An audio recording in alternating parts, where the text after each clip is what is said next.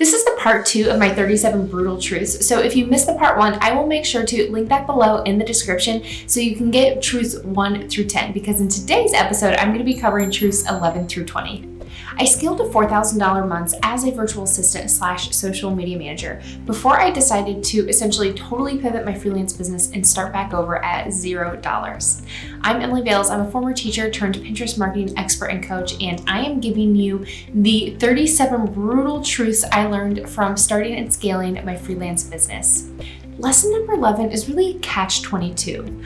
I was a former teacher and I had quit my job before I started my freelance business. So I had no money coming in from another career, a side hustle, anything like that. I actually had been occasionally cleaning my sister's house here and there, and I was even selling some things on Facebook Marketplace to make a few extra bucks, but I had no consistent income. So the very reason or excuse I could have made, I don't have money, when it came to starting my business was the exact reason why I needed to start my business, because I needed money. And I see that in people who are thinking about enrolling in my Pinterest Manager Academy. They feel like they don't have money, but that's why they need to do this, so that they can start making money. So it can be scary, but that was something that I really had to lean into. I kind of had to go out on a limb or really put my faith in myself when I was starting this business. And I'm not a gambling person, but if I was willing to take a risk or a bet or a gamble on myself, because that is something that I can control.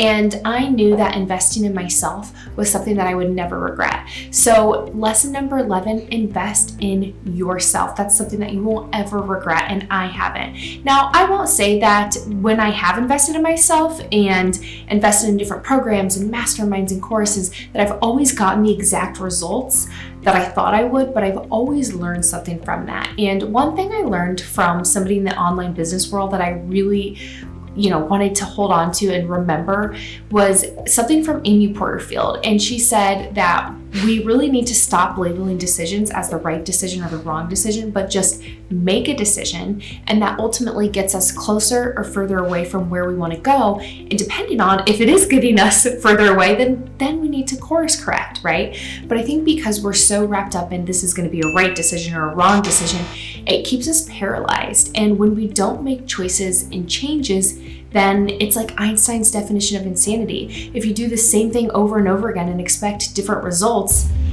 that's insane. So I am so grateful that I did make that decision going back to 2018. And the first thing I invested in was a freelance course that taught me the basics of starting a freelance business.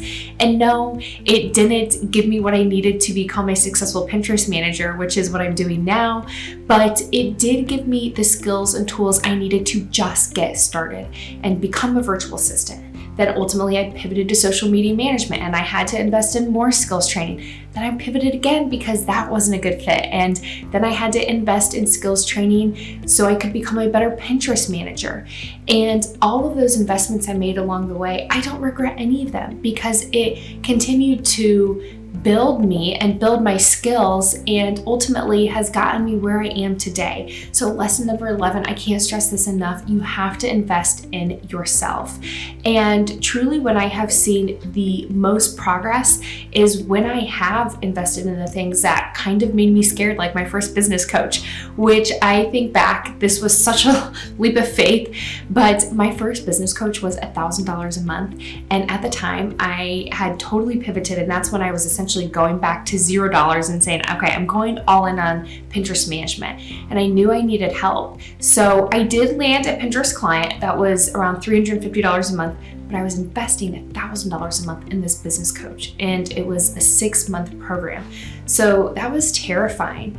But 6 months in, I was already close to, I think it was like $2,500 a month. So I was definitely replacing that and still profiting working with that coach. But then a year in, I hit my first 5K month, and it wasn't even just about the money, but I was actually doing a service I loved, which was Pinterest management. So all of that to say that you have to invest in yourself. I just can't stress that enough. So that's lesson 11. Lesson number 12, that business coach that I did invest in, she actually offered me the opportunity to start managing Pinterest ads for her account. And I was terrified.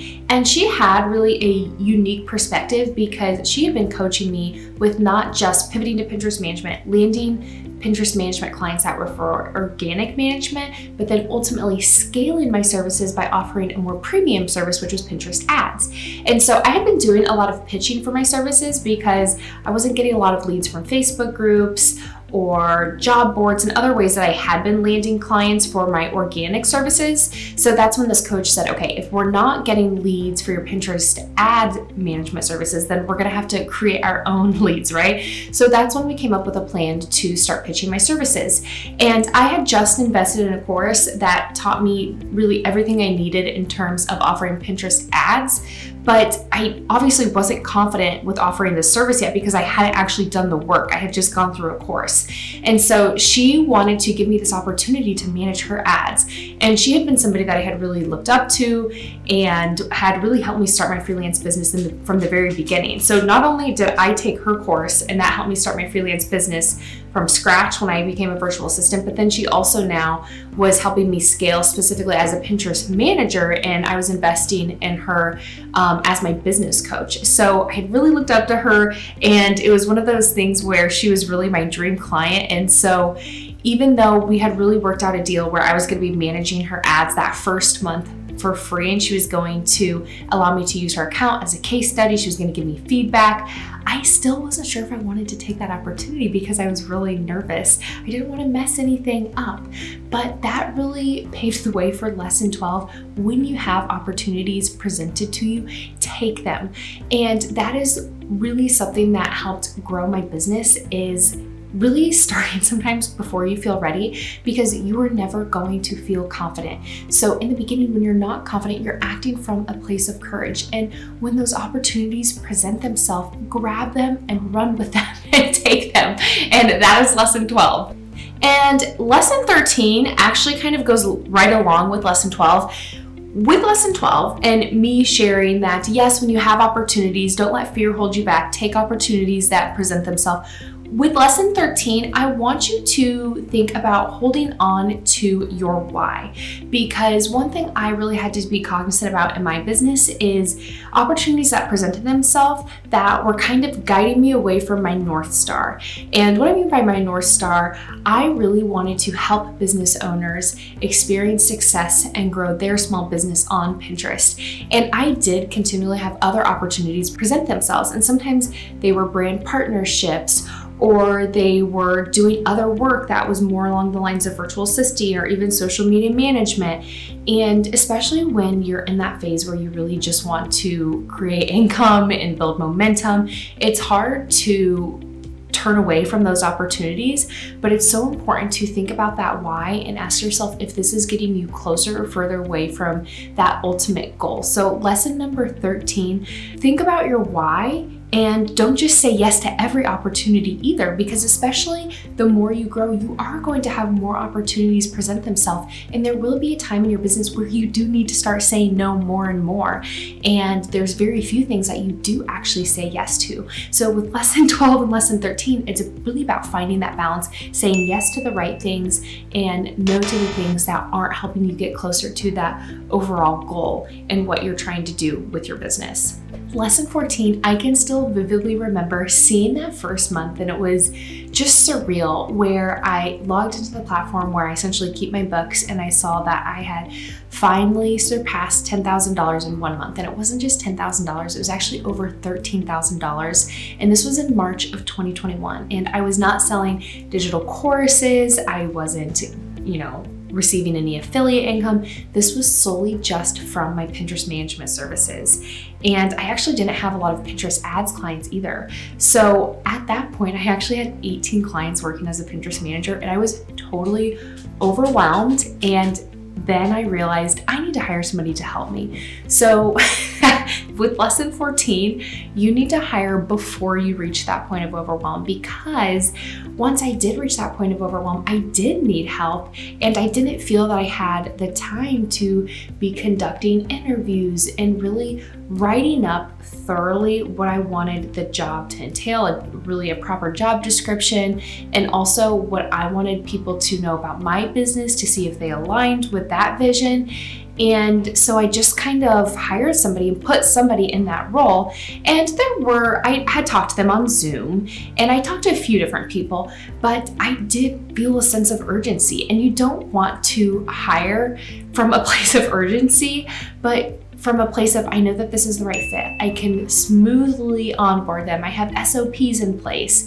And so just know, hire before you really feel ready, because when you're overwhelmed and overbooked, that is not the time. It's going to be even more overwhelming. And then you are more likely to just fill that role. And then it ends up not being a good fit for your contractor or yourself. And so that's kind of what I ran into with my business. So hire before you're ready. And I see this in my Pinterest Manager Academy students. I have students who are hiring their contractors 6 months into their business, and it is amazing. And they're like, oh my goodness, I could have probably hired even sooner. And it just allows you to expand and grow. And it was kind of a mindset thing for me. And that's why I didn't hire sooner, was because I was just holding on to that income, and I didn't want to make the wrong hire, and have this additional business expense. And it was really a fixed mindset. Whereas if I would have hired, it would have taken things off of my plate, and I could have focused on the things that I was more passionate about, and the things that not just anybody could do for me, but the things that really only I could do as the business owner and visionary. So lesson 14, hire before you're ready. Lesson 15, when I started getting on Zoom calls and chatting with people, I was really just explaining to them through these video calls what they would be doing. And then once I did find somebody who was going to be a subcontractor for me, and they were actually going to be helping me with some Pinterest management services, I essentially created a Loom video and just showed them what they were going to be doing. But I talked to them on Zoom, and then I showed them what to do, and then they started doing the work. I really skipped an entire step. I needed to write out a very clear job description, and I feel so silly saying that out loud. That seems like a no-brainer, but I hadn't really had any training on hiring. This was uncharted territory for me, and I think this is something that every business can struggle with, is the hiring process. It's hard to find the right people, but the best place to start is by writing out exactly what you need and what that role is going to entail before you start talking to people. So lesson number 15, when you are thinking about hiring, the first thing I think you should do is, what are the tasks that you are doing that you have no business doing, where somebody can easily do this for you? And then write out what that role entails and what that person is going to be doing, completing. And then before you go through the hiring process, you have that clear job description, and people can read that before they even decide if they think they're going to be a good fit and before they apply. So I kind of skipped a whole step there. And like I said, I'm a little embarrassed to admit that, but that's why I'm sharing these brutal truths with you. So that is lesson 15. Lesson 16, I had just invested in this amazing Pinterest ads course where it really taught me everything I needed to run Pinterest ads for business owners. And the course there was a lot of video lessons, but there was also a lot of PDFs I was reading. And I later realized it was over 800 pages of PDFs that I had read in terms of learning Pinterest ads and offering this service. And I was so excited to start doing the work. And I knew that it was going to make it more concrete in my mind to actually do the work, right? But I didn't see the opportunities. So that's when I had a business coach tell me, okay, you're gonna have to start pitching your services. If you're not seeing opportunities, you have to go and create them. And so that is really lesson 16. If you are not seeing opportunities, you're in Facebook groups, you're looking on social media, you're looking on LinkedIn, you are looking on job boards, you're looking on Upwork, Indeed, all of the websites, you can go and create your own opportunities through pitching. And that is what I tell my students inside my Pinterest Manager Academy, your no-fail plan for landing clients. So if you're not seeing opportunities, go and create them for yourself. So I told a little lie. I said that today's episode was going to be lessons 11 through 20, but in true work from home mom fashion, my baby just woke up from a nap, so I have to go get her, and I'm going to leave you with this cliffhanger. If you want the rest of these brutal truths and lessons that I've learned, you are going to have to tune in to next week's episode. I would love for you to subscribe to my channel, like this episode, let me know what questions you have in the comments, and I would also love to invite you to Watch my Secret Pinterest Manager podcast if you want to learn more about becoming a Pinterest manager, or I also have a free Pinterest manager training that is done live if you want to attend that. It is so helpful for me to get your feedback and also to have you subscribe. Let me know your thoughts because that continues to grow my channel and come back and serve you week after week. So I can't wait to see you in next week's episode. Bye for now, friends.